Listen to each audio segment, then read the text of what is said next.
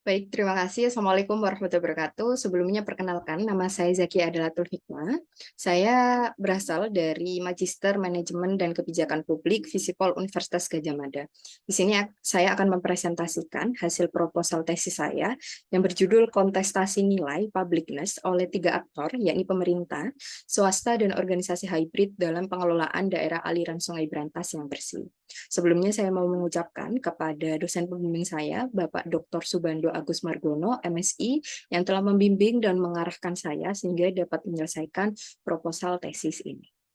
Selanjutnya, latar belakang saya, mengapa mengambil topik ini, yakni kita ketahui bersama bahwasanya sungai itu memiliki manfaat yang besar bagi manusia. Tidak hanya manusia, akan tetapi sungai itu menjadi tempat yang vital dalam keberlangsungan makhluk hidup, baik manusia, flora, dan fauna. Akan tapi saat ini sungai kita itu tercemar. Hal ini diakibatkan dari limbah, kemudian air tercemar itu sendiri oleh banyak hal. Sebelumnya, berdasarkan hasil data yang dilakukan oleh Ekoton atau NGO, itu melakukan ekspedisi Sungai Nusantara pada tahun 2022 itu menemukan terdapat kandungan mikroplastik itu pada 68 sungai strategis nasional yang ada di 24 provinsi yang ada di Indonesia. Jawa Timur memperoleh predikat dengan jumlah cemaran mikroplastik tertinggi sekitar sebanyak 636 partikel per 100 liter air. Kemudian berdasarkan gambar tersebut, itu juga diturunkan lagi menjadi presentasi jenis mikroplastik apa saja yang ada di sungai di Indonesia pada tahun 2022. Itu yang pertama ada fiber, itu serat, itu disebabkan dari kerusakan kain sintetis akibat aktivitas rumah tangga. Kemudian seperti mencuci pakaian, laundry, atau sampah industri tekstil. Kemudian yang kedua atau filament itu sekitar 25,60% itu terdiri dari kantong plastik, kemasan plastik yang satu lapis. Terus kemudian yang ketiga yakni 18,60% itu terdiri dari fragmen, yakni seperti pecahan dari sisa-sisa plastik seperti kemasan saset multilayer, tutup botol, botol sampo, dan juga sabun. Terus kemudian yang keempat palet itu sekitar 4%, itu mikroplastik utama yang dihasilkan langsung oleh perusahaan bahan baku pembuatan barang-barang plastik. Terus kemudian yang kelima ada busa, itu sekitar 0,4%, itu berasal dari mikroplastik berbahan foam atau yang kita ketahui foam berwarna putih dan berpori seperti itu. Nah, kemudian ini merupakan potret Sungai Brantas yang tercemar hari ini. Berdasarkan data dari DLH Jatim, itu kita ketahui sumbernya itu sangat banyak. Pertama, diakibatkan dari limbah rumah tangga, UMKM, serta limbah pabrik yang dibuang ke aliran sungai tanpa dikelola. Sehingga menarik untuk mengangkat topik terkait Sungai Brantas. Ditambah lagi dengan data Ekoton pada tahun 2021, ia melakukan sungai-sungai yang ada di Jawa itu menunjukkan bahwasannya Sungai Brantas itu tercemar dengan identifikasi mikroplastik 42 per ikan. Ini sangat menarik gitu loh. Ketika kita manusia mengkonsumsi ikan dan ikan itu tercemar oleh mikroplastik. Selanjutnya, untuk mengetahui secara detail bagaimana aktor yang terlibat di dalamnya, yakni ada pemerintah, kemudian swasta, dan juga organisasi hybrid. Pemerintah sendiri memiliki kewenangan, yakni ada Dinas Lingkungan Hidup Jawa Timur dan juga Balai Besar Wilayah Sungai Brantas. DLH Jatim itu memiliki beberapa program, yakni Giat Sungai. Giat Sungai itu terdiri dari beberapa kegiatan seperti patroli air, itu seperti kegiatan susur sungai untuk mengidentifikasi adanya pencemaran air, limbah maupun sampah maupun kerusakan lingkungan yang terjadi. Kemudian bersih sungai itu kegiatan gotong royong dari pemerintah dan juga masyarakat untuk membersihkan sampah di sungai maupun di bantarannya. Kemudian ada phase assessment pencemaran, itu mengidentifikasi terjadinya pencemaran sungai dan menyampaikan pengaduan kepada instansi terkait. Kemudian ada edukasi sungai, jadi pemerintah melakukan pendampingan dan juga edukasi untuk kelestarian sungai dengan memberikan edukasi kepada masyarakat. Kemudian untuk program Berantas Tuntas itu juga terdiri dari beberapa kegiatan. Ada penanganan lahan kritis, ini ditujukan sebagai untuk reboisasi dengan penanaman pohon di sekitar des berantas. Kemudian juga ada penanganan limbah cair domestik. Jadi pengurangan beban pencemaran dari sumbernya. Jadi melalui pengetatan Undang-Undang Cipta Kerja yang terbaru, swasta dituntut untuk mengelola limbahnya sebelum masuk atau dibuang limbahnya ke Sungai Berantas. Kemudian ada penanganan sampah, yakni pengelolaan sampah pada TPS atau TPA kabupaten atau kota yang ada di Sungai Berantas. Mengingat Sungai Berantas ini dilalui oleh 16 kabupaten dan kota yang ada di Provinsi Jawa Timur. Kemudian ada edukasi dan hubungan masyarakat. Ini melakukan edukasi hubungan baik dengan masyarakat. Salah satunya itu diwujudkan terbentuknya relawan Jogo Kali, di mana ini menjadi wadah kelompok masyarakat untuk menjaga kelestarian das berantas itu sendiri. Kemudian di sisi lain ada Balai Besar Wilayah Sungai Berantas, ini di bawah naungan Kemen PUPR, itu juga memiliki beberapa program, yakni ada Gerakan Nasional Kemitraan Penyelamatan Air, GNKPA, jadi ini penanaman bibit pohon dan juga sosialisasi terkait alat pemanen air hujan. Salah satunya di Wonosalam, itu bertujuan untuk meminimalisir dampak erosi dan sedimentasi yang semakin berat. Kemudian ada konservasi sungai yang kedua.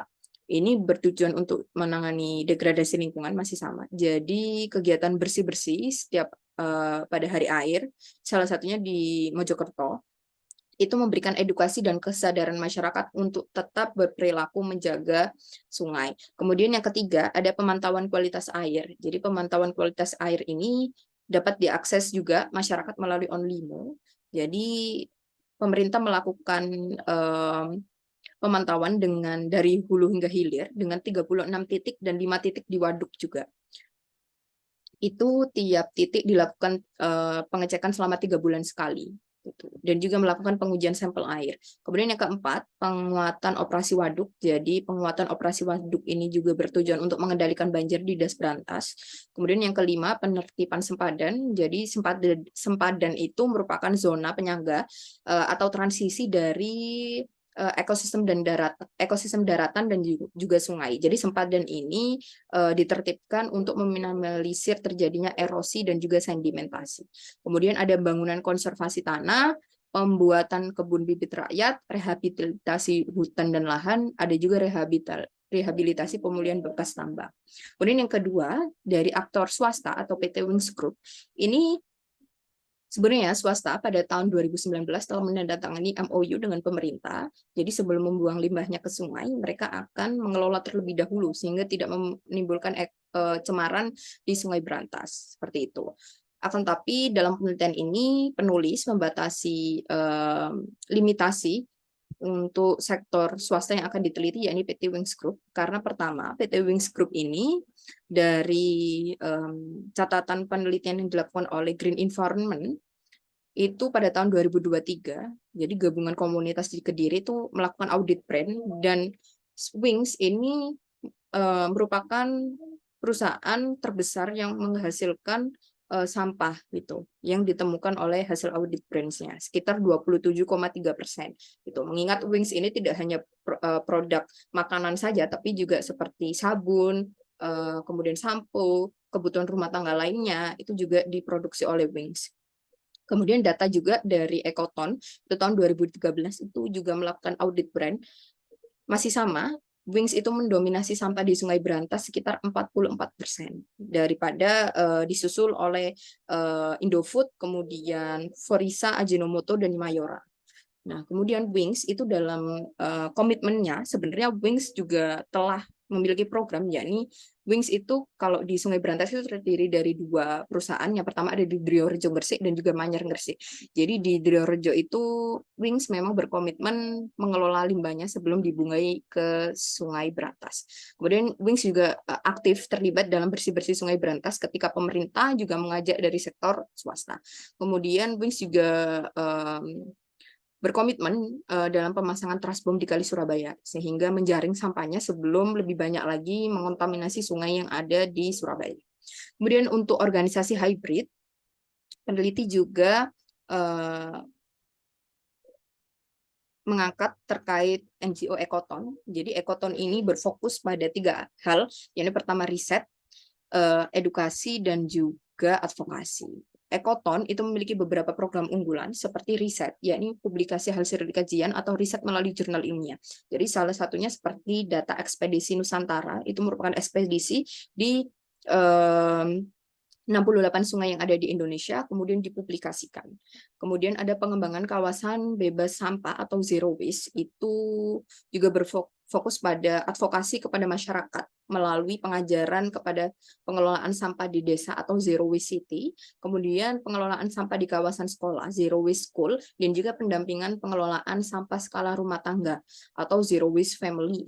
Kemudian yang ketiga, Ekoton juga memberikan kesempatan bagi mahasiswa untuk praktek magang atau praktek kerja lapangan, sehingga ini juga tidak menutup kemungkinan disiplin ilmu baik sosial maupun sains. Kemudian yang keempat, yakni brand audit dan juga susur sungai. Ini bertujuan untuk mengurangi sampah yang ada di sungai. Jadi mereka mengambil dan memilah sampah, kemudian dipilah berdasarkan brand atau perusahaan yang menghasilkan produksi sampah tersebut.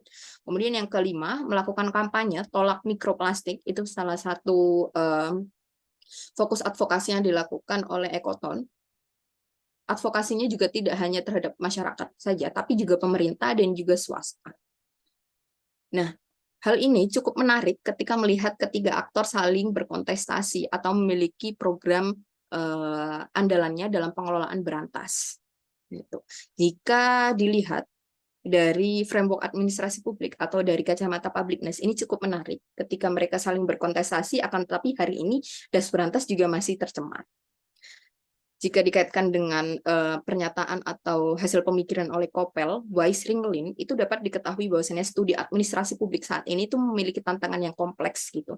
Publik hari ini bukan hanya dari pemerintah saja, tapi publik hari ini juga bagaimana organisasi mana yang lebih memiliki nilai-nilai publik atau berorientasi kepada masyarakat. Saat ini pemerintah dan swasta itu memiliki kekuatan yang saling tarik-menarik, di mana pemerintah sangat membutuhkan kehadiran swasta, dan swasta hadir ke publik semakin kuat akan kepentingan ekonominya.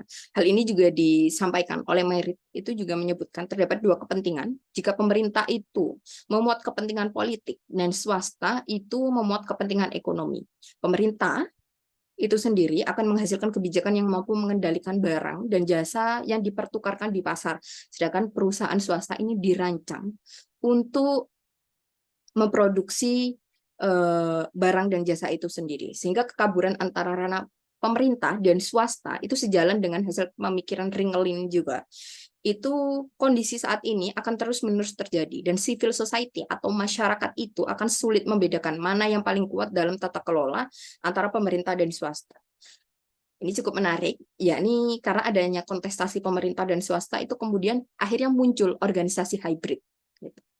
Organisasi hybrid ini organisasi yang mengatasnamakan masyarakat, seperti itu. Kalau menurut Weiss, dia juga telah memprediksi sejak tahun 2010 itu organisasi hibrid akan muncul dari berbagai jenis. Salah satunya sektor lingkungan, Ekoton itu kemudian menunjukkan kontestasinya dengan mengambil celah gitu kan antara kekosongan apa yang sudah diisi oleh pemerintah dan swasta.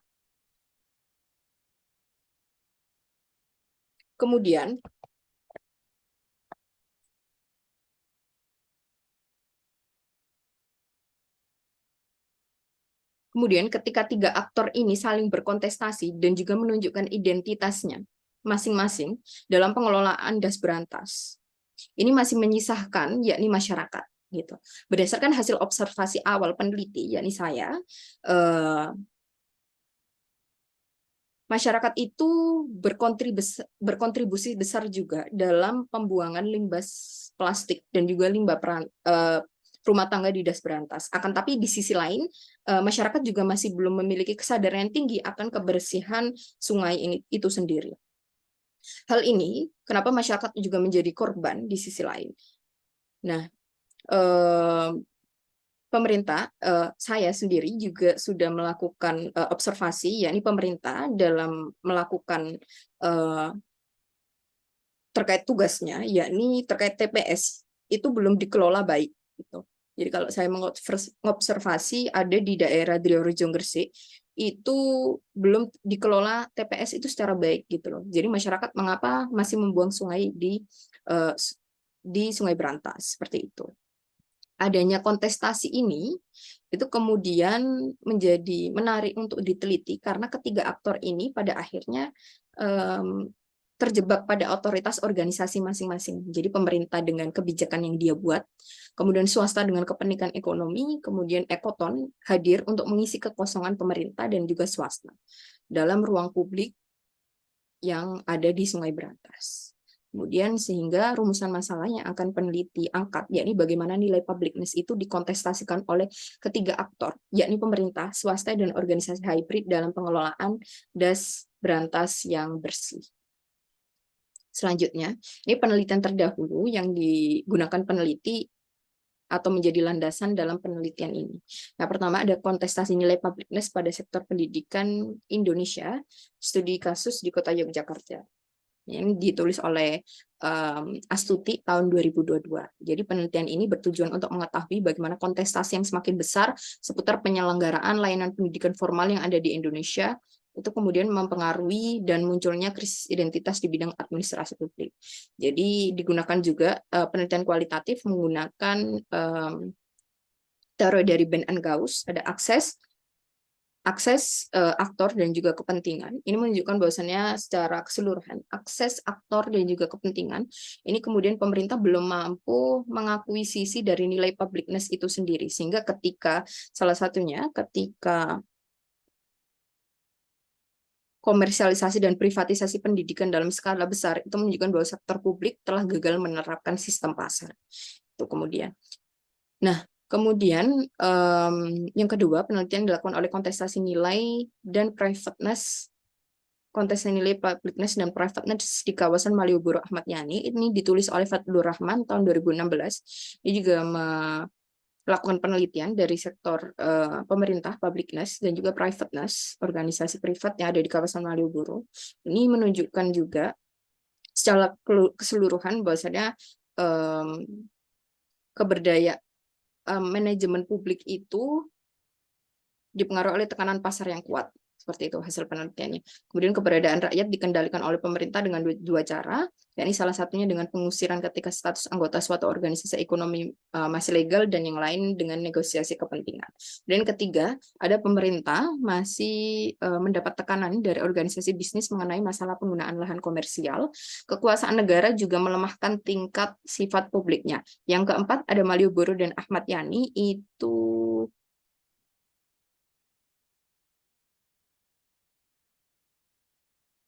minim peran pemerintah dan juga menyebabkan peran aktif organisasi ekonomi itu juga maka visibilitasnya juga akan turun. Terus kemudian kelima, pengenalan nama semakin meningkat sejak relokasi tempat parkir.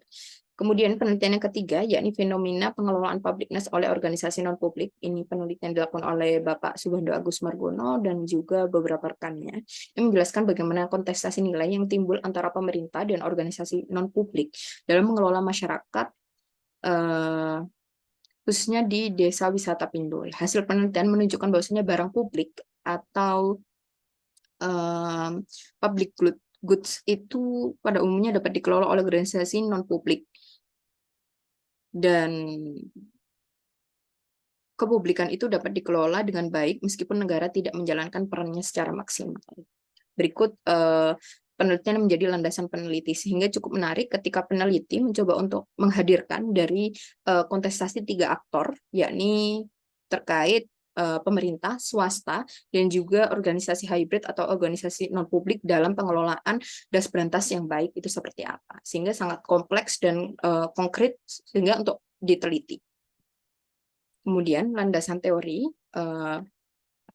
menggunakan konsep publicness. Jadi publicness itu pada awalnya itu menurut Bosman dan Moulton itu diartikan sebagai organisasi yang memiliki tingkatan di mana dipengaruhi oleh otoritas politik, ditunjukkan melalui faktor organisasi seperti kepemilikan pemerintah, tingkat pendanaan pemerintah, dan juga tingkat paparan terhadap peraturan pemerintah. Kemudian seiring berjalannya waktu ada beberapa tanggapan seperti pendapat seperti Merit mendefinisikan publicness sebagai seberapa jauh sebuah organisasi memiliki ikatan publik dalam sebuah wujud kewenangan politis, kemudian hubungan eksternal, keterbukaan, dan organisasi sosial. Sedangkan PES itu menyebutkan bahwasanya publicness muncul dengan tujuan untuk melindungi segenap warga negara dan serangan ruang private warga lainnya. Kemudian dalam mengukur dinamika publicness itu Ben dan Gauss menyebutkan ada 3 indikator, yakni pertama akses, aktor, dan kepentingan. Akses itu meliputi 4 dimensi, yakni bagaimana akses fisik atau akses ketersediaan ruangan atau tempat yang dapat diakses semua orang. Kemudian yang kedua, akses terhadap aktivitas dan diskusi. Itu ketersediaan ruang atau tempat di mana aktivitas dan diskusi berada dalam domain yang bisa diakses semua orang. Kemudian yang ketiga, akses terhadap informasi, ketersediaan ruang atau tempat di mana informasi dapat diakses semua orang. Kemudian keempat, akses terhadap sumber daya, ketersediaan ruang atau tempat di mana sumber daya dapat diakses oleh semua orang. Nah, kemudian untuk aktor, meliputi aktor yang mengontrol penggunaan ruangan atau tempat oleh masyarakat dengan berorientasi pada kepentingan umum. Kemudian yang ketiga, kepentingan meliputi kepentingan yang terakomodasi di suatu ruang atau tempat dengan adanya perolehan manfaat yang dikontrol oleh semua masyarakat. Kemudian yang kedua, yakni kontestasi. Kontestasi ini dimaknai sebagai persaingan antar individu-individu atau kelompok-kelompok dalam memperebutkan sesuatu atau berdasarkan kepentingan tertentu. Kontestasi ini terkait dengan perdebatan antara aktor, jika disebutkan oleh Avellino. Jadi Avellino ini juga menjelaskan bahwasanya kontestasi juga melibatkan banyak aktor di mana memiliki kepentingan yang berbeda dan berlawanan sehingga saling berkontestasi dalam merebutkan sesuatu. Itu juga menurut Hidayat. Jadi menurut Klinken itu juga menyebutkan 5 tahapan dalam pembentukan kontestasi, yakni pertama, ada pembentukan identitas, eskalasi konflik, polarisasi, mobilisasi, dan pelatihan aktor. Dalam 5 proses tersebut, prosesnya itu akan menciptakan tahap pendewasaan tersendiri bagi setiap aktor. Jadi pertama-tama itu biasanya muncul aktor yang saling bersaing. Kemudian selanjutnya itu bagaimana pembentukan identitas masing-masing aktor dalam suatu kelompok itu akhirnya mengarah pada tindakan kolektif dengan pembentukan identitas. Kemudian selanjutnya yakni mulai muncul ketika identitas yang berbeda-beda, kemudian muncullah suatu konflik. Konflik ini seiring perkembangan waktu akan meningkat dari ketegangan yang awalnya ringan menjadi skala besar.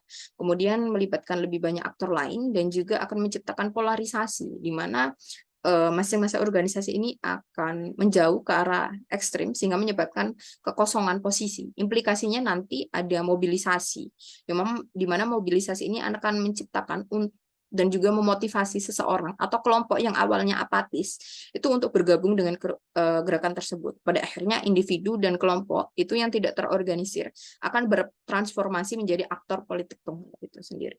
Kemudian pada otoritas itu menjadi landasan setiap organisasi, di mana organisasi mengatur hak formal untuk mengambil keputusan berdasarkan hubungan organisasi formal. Jadi otoritas itu juga dipandang sebagai hak untuk memerintah orang lain untuk bertindak atau tidak bertindak dengan cara dianggap oleh pemiliknya pemenangnya untuk mencapai tujuan yang lebih lanjut. Jadi gagasan terkait otoritas itu sebenarnya cukup luas dan kompleks sehingga menarik untuk dicermati bahwasanya hampir seluruh aspek relevan dalam organisasi itu baik terdiri dari bagaimana mereka terorganisasi, bagaimana mereka dijalankan, itu mencakup otoritas. Dalam penelitian ini, otoritas itu dimaknai sebagai perbedaan kepentingan antar organisasi. Otoritas itu menjadi berbeda, itu yang dimiliki oleh beberapa organisasi, baik pemerintah, swasta, dan hybrid, itu memberikan warna pada akhirnya, yang berbeda-beda dalam pengelolaan das berantas.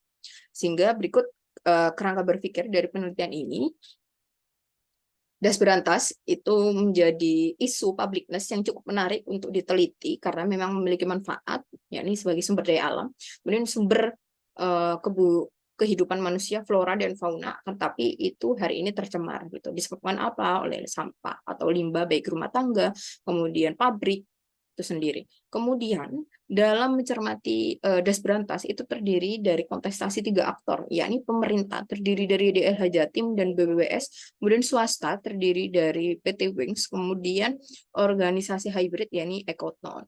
Peneliti memiliki hipotesis bahwasanya pemerintah ini dalam pengelolaan ruang publik atau das berantas ini, pemerintah memiliki kepentingan dalam hal kewenangan di bidang politisnya atau kewenangan politiknya untuk melindungi sumber daya alam, yakni das berantas. Kemudian swasta dengan kepentingan ekonomi atau profit yang akan didapatkan, sehingga juga saling berkontestasi dalam pengelolaan das berantas. Kemudian organisasi hybrid atau ekoton ini mencoba untuk mengisi kekosongan dari pemerintah dan swasta yang belum dilakukan seperti itu.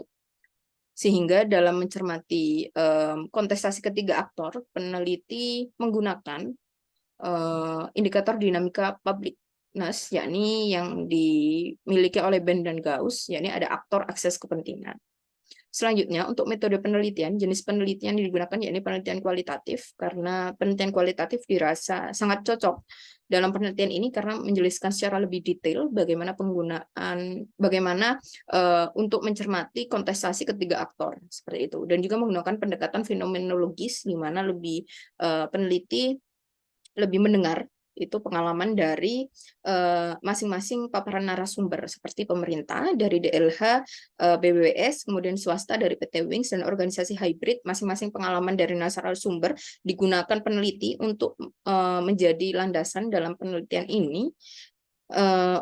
Bagaimana masing-masing organisasi ini membangun identitas dalam pengelolaan das berantas gitu. Jadi ketika masing-masing aktor itu saling berkontestasi dalam memperebutkan nilai publik, akan tapi kok masih bisa menyisahkan permasalahan dalam pengelolaan das berantas. Kemudian lokasi penelitian yakni daerah aliran Sungai Berantas yang ada di Provinsi Jawa Timur.